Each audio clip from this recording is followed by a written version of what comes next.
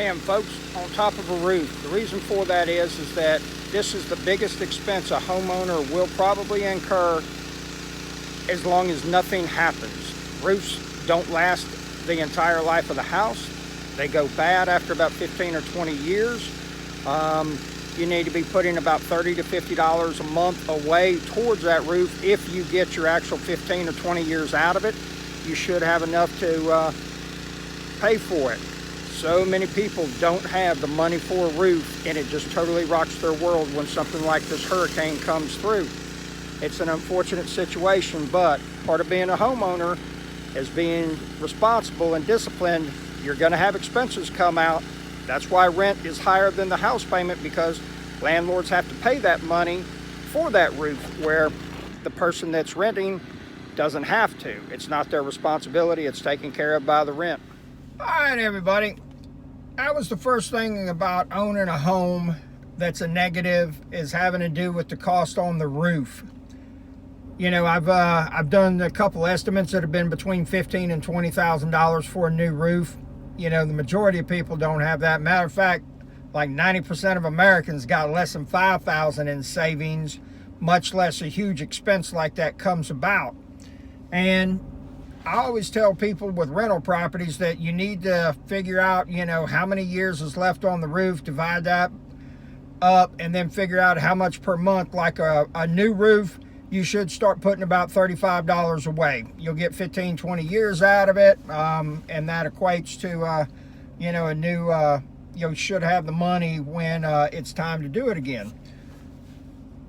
And so many people don't want to engage in that type of discipline. They want to go ahead and spend that money as soon as they get it, or they spend it on something, but they're making it to where it's not making them any more money. Unfortunately, roofs don't put any money in your pocket. However, they sure help not to take any out when you have a good one and the rain comes, because if you got a bad one, you're going to be making some repairs and it'll be costly and continue to cost until it gets taken care of. So we're going to move on to the next item that a lot of people never even think of, so stay tuned. All right, here's the last thing I was going to go over right there. It's a water heater. Electric water heater, if you buy it and have it installed, you're looking at probably $700 to $1,000. If it's gas, in my city, it's going to be about $1,500. People don't think about that. Water heater usually lasts about 10 years, and that equates to about $7 a month you need to put into an account, okay? I've seen people go into a huge financial tizzy because they did not have the money to replace that water heater. Granted, it's uncomfortable taking cold showers. It's not life-threatening. I get it, okay? But it's one of those things, it's an expense. People don't think about it, you know, and when you're paying rent, that's already taken care of.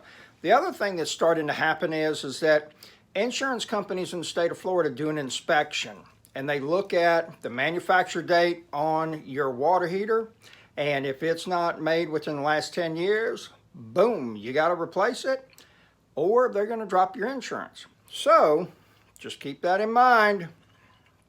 Next time you think about buying or renting, you know, you got to put the money away to be able to keep your standard of living. It's Robert with the No Pay, No Stay Network. Final thing to consider while being a homeowner is going to have to do with taxes.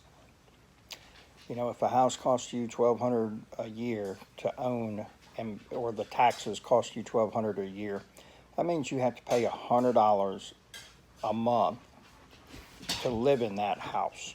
That's $25 a week.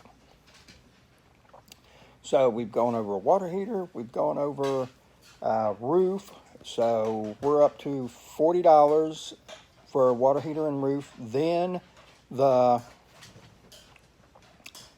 taxes, so that is $65 a week. So that's $260 a month that you have to be putting away, that most people will never even think about doing, and they'll get caught short by some type of tragedy that occurs, and because they haven't been a good steward with their money, then they fall flat on their face. please keep in mind that if you're renting a property, these are some of the expenses that a landlord has to pay. It's not like every dime that he gets goes straight into his pocket.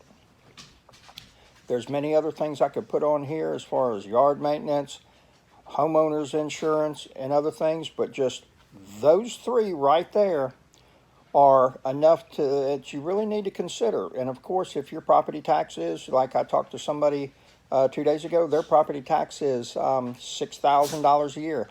$500 a month just to live in the house that they do.